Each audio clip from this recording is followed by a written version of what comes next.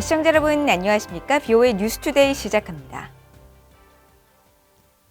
웬디 셔먼 미국 국무부 부장관이 한국과 일본, 중국 등 아시아 국가 순방을 마쳤습니다.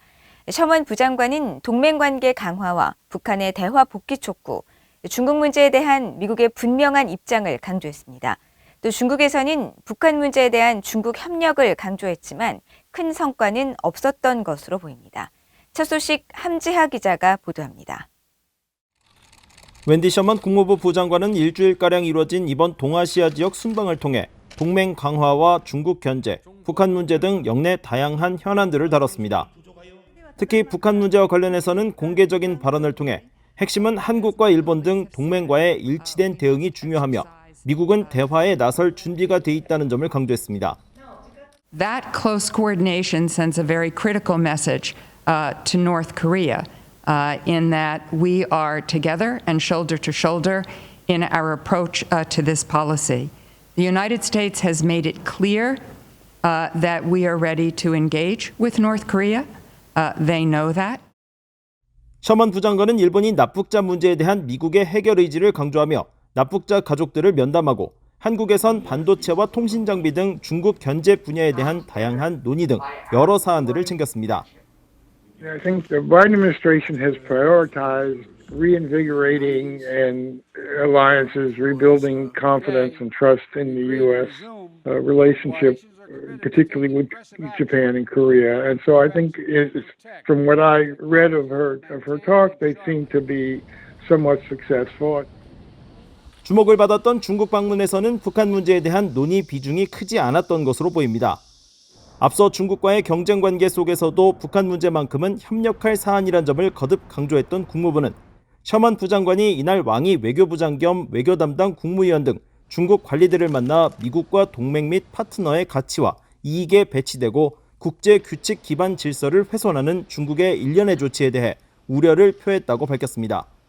또 양국은 홍콩과 신장 지역, 억류된 미국과 캐나다인 문제, 기후위기 등과 더불어 이란, 아프가니스탄, 미얀마 등 여러 역내 사안들과 함께 북한을 다뤘다고 전했습니다. 중국 외교부는 이번 회담에서 미국이 중국의 이익을 침해하면서 중국과의 협력을 추구한다면 협력이 이뤄질 수 없다는 입장을 밝혀 북한 문제 등에 대한 협력 가능성을 내비친 미국의 입장과는 상반된 반응을 보였습니다.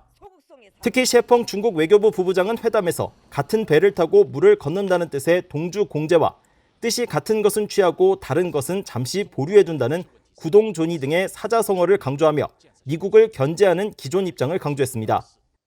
하지만 이번 셔먼 부장관의 중국 방문은 실질적인 협력 방안 모색보다 탐색전적인 면이 더 강했다는 분석이 나옵니다. It was good for her to go and reinforce existing U.S. positions and to have those consultations. But I don't think that it's going to be regarded as any kind of breakthrough trip. It's more of a relationship tending trip.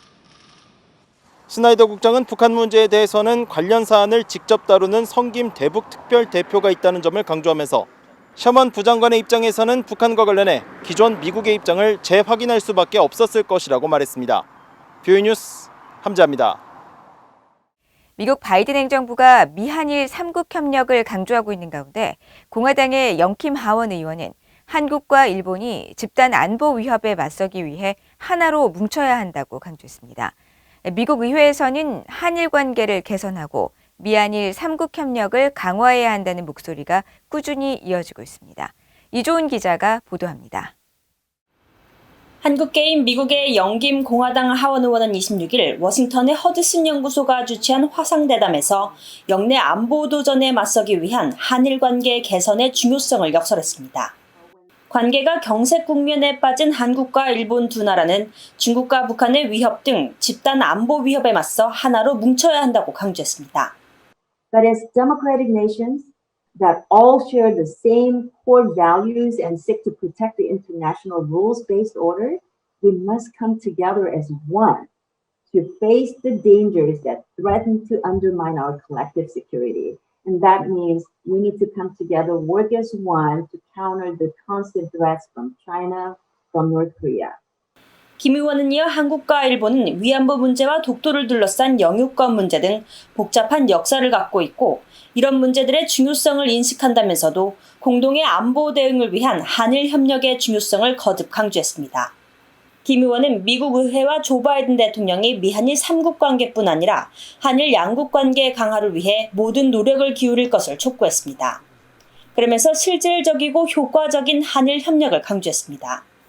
You know, we must remember who our true allies are and where our collective interests lie. Continuous survival through countering threats from North Korea must remain a top priority, and it requires practical and effective cooperation between South Korea and Japan to ensure success. 김 의원은 이어 한국과 일본은 기존의 안보 정보 협력을 기반으로 무역, 외교, 문화적 교류에 관한 협력을 촉진할 수 있다고 본다고 덧붙였습니다. 이 같은 발언은 미국 의회에서 한국과 일본이 인도태평양 영내 안보 위협에 대응하기 위해 관계를 개선하고 미한일 3국 협력을 강화해야 한다는 목소리가 지속되는 가운데 나왔습니다.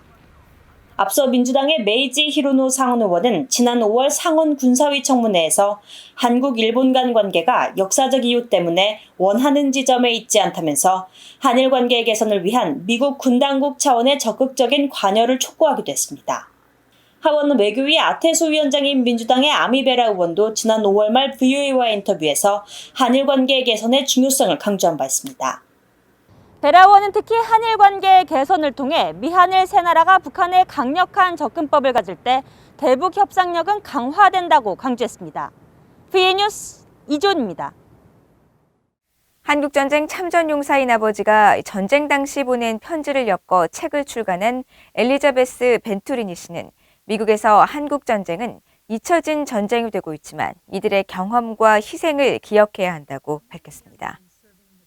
미국 서든 캘리포니아에 거주하는 벤투리니 씨는 한국전쟁 정전협정 체결 68주년을 맞아 진행한 VOA와의 인터뷰에서 아버지를 비롯해 많은 젊은 미국인들이 70년 전 이름도 생소한 한국을 위해 싸웠다면서 이같이 말했습니다.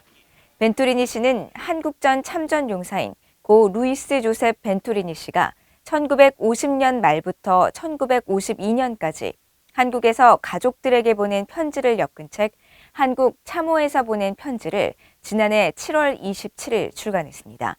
벤투리니 씨는 아버지는 제대 이후에도 한동안 전쟁 후유증으로 일상생활 적응에 시간이 걸리는 등 수많은 참전 용사들이 겪는 비슷한 경험을 했다면서 젊은 세대들은 침묵의 세대로 불리는 참전 용사들의 삶과 희생을 이해하기 위해 노력할 필요가 있다고 강조했습니다.